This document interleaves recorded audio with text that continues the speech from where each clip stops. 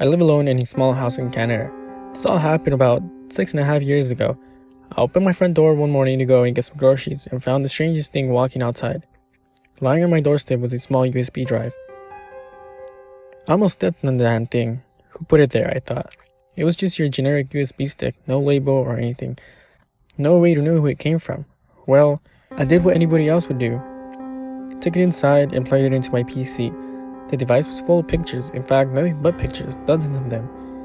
I opened the first one and clicked through them in order. The few first were just shots from around town, general places that I recognized. The fourth image was taken on our town's busiest street. In the image, the street was full of people, but there was somebody in the image that caught my attention immediately. Me. The image showed me amongst the crowd, just minding my own business. Well, this is a small town. Was it just a coincidence that I was in the picture? The fifth image had been taken on the same day. Again, it was taken in our town. Again, I was in it. The photographer was closer to me this time. Whoever had taken these pictures of me, I hadn't noticed them at the time. Next came several more pictures of me in various locations around town. Then something more chilling. Photo of my house. My house. It was nighttime in the image, and the living room light was on. I clicked through the next picture. It was another image of my house. This time, taken even closer. Through the living room window, you could see me sitting on the couch, watching television. I could tell from the clothes I was wearing that it had been taken the night before. I had no idea that somebody had been outside watching me. Kept clicking through the images on the drive. Photo after photo of me inside my house, taken from just outside my window. Because it was so light inside and so dark outside, I was totally unable to see that somebody was watching me from out there. I couldn't see them, but they could see me clear as day. Didn't even need to use flash on the camera. After 20 or so photos of just me inside my house, there came a real curveball. An image taken from inside my hallway. This man or woman or whoever was taking these pictures of me had been inside my house the night before. There were photos of my living room, now lightless and empty, obviously taken after I'd gone to sleep. Photos of my kitchen, the dining area, my stairwell, and several taken as the unknown person ascended my stairs toward where I was sleeping. My brain started running wild with thoughts about it, who had been following me. Had I been wronged to someone in the past? Said the wrong thing to the wrong guy? Was it just some weirdo who decided to target me? Were they armed when they came to pay me a visit? Whatever the case, somebody had come inside my house at night and taken pictures of all the rooms, including my bedroom. The second to last photo was of me, fast asleep in my bed, totally oblivious to the person in my home. The final image was just a handwritten note, framed in close-up. The message on it simply read, "Never hide a spare key under your doormat." I have since moved house. When I was 22, I lived in a semi-hip, semi-sketchy part of Brooklyn known as South Williamsburg. I lived in a 2-bedroom apartment with a lesbian roommate named Tony, who I didn't get along with very well, and I regularly went on dates with guys I met online. Most of these dates were nothing to write home about, but then there was a time I met Dave. Dave and I agreed to meet for a few drinks at my favorite bar, which was called Barricade. This bar was amazing because I had dozens of American microbrews on tap and because the entire large space was filled with 80s arcade games, which were still a quarter a play. I'm talking Miss Pac-Man, Galaga Space Invaders, 1942, Totha Gauntlet, you name it. What I didn't realize is that the decision to meet at this particular place possibly saved my life. So I met him at Barricade, ordered a beer, cashed in $2 in quarters, and challenged him to a few games. We started out having fun, playing turns, and cheering the other one on. But after a few rounds of Punch-Out, he started getting antsy. A lot of, "Do you want to take this back to my place? And let's get out of here."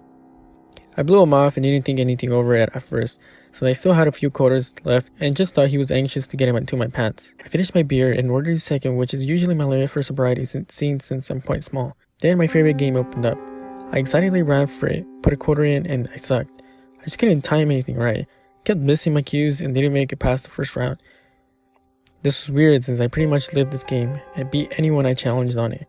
After only one beer, he started to get even more incessant. "No, seriously, let's go back to my place. It's too crowded for a good conversation. Let's go somewhere quieter." I didn't understand since we only been here for about half an hour and I was interested in having fun, but I also wanted to get to know him first.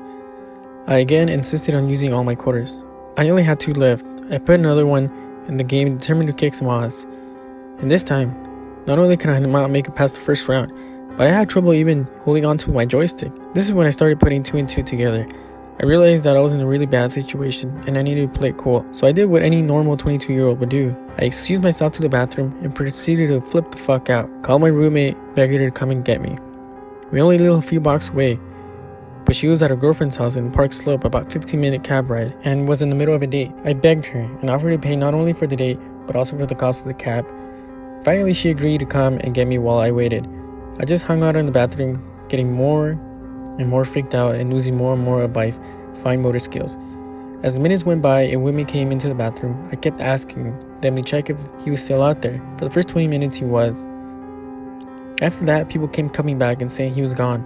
I still didn't feel safe leaving the bathroom. Though I stayed there with the phone with my friend from North Carolina, waiting for Tony to show up. After an hour, she walked in and carried me out of the bar. I was able to walk, but only with assistance. So it was more like a leaning carry, if you can imagine, that she was still upset with me interrupting her date. So instead of taking me back to the apartment, she took me to a gay bar nearby Metropolitan. I got parked on a chair for the next hour while she partied with some friends. Honestly, I think most of my memory of this was a little hazy. All I remember next is waking up in my bed in the middle of the night by having crazy cramps and spasms all over my body and not able to control it. Then I don't remember anything else until the next morning, where the only symptom was a really bad headache.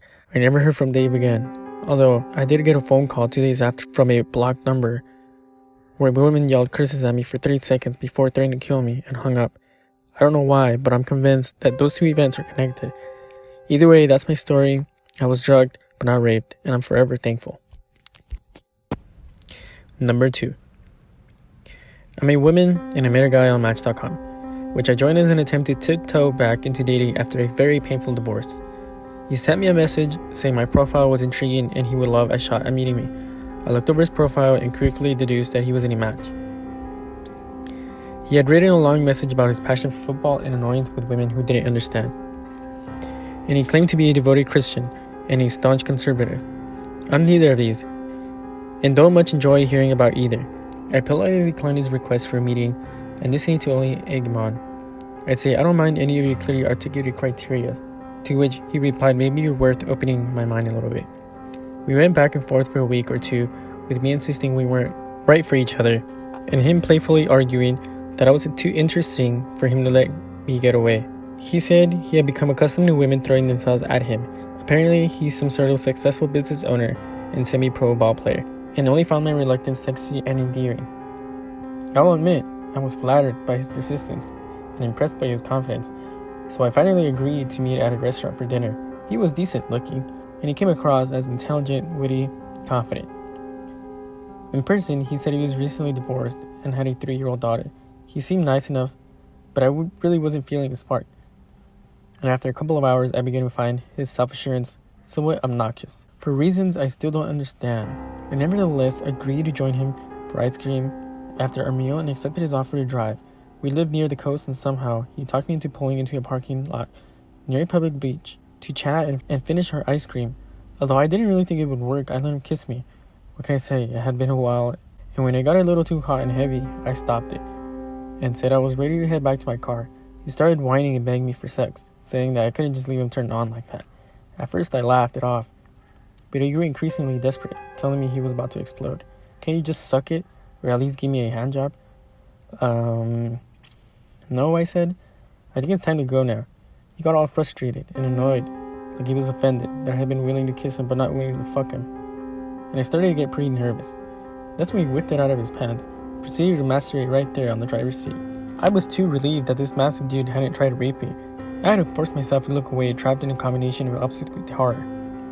He sat there, stroking away enthusiastically, moaning about how good it felt while I pressed myself against the passenger door, trying to stay as far as possible, looking around for potential help in case things got any worse. When he was almost finished, he said in a breathless voice, "Where do you want me to put it?" When I didn't respond, he continued, "Where should I come? Can I put it on your tit, or can you at least give me your hand?" I ignored him, so he let loose all over the steering wheel of his truck. "Oh my gosh, I'm so embarrassed," he said. "Can't believe I just did that. But you are so sexy, I couldn't help it." Then he casually asked me to pass him a napkin from the glove box so he could clean up his mess. I probably should have just ran away, but the empty beach at night seemed more dangerous than being with this perv. So I let him take me back to my car. He acted like nothing strange had happened and told me that he had a great time. As soon as I saw my car, I ran without even looking back. I went home and showered.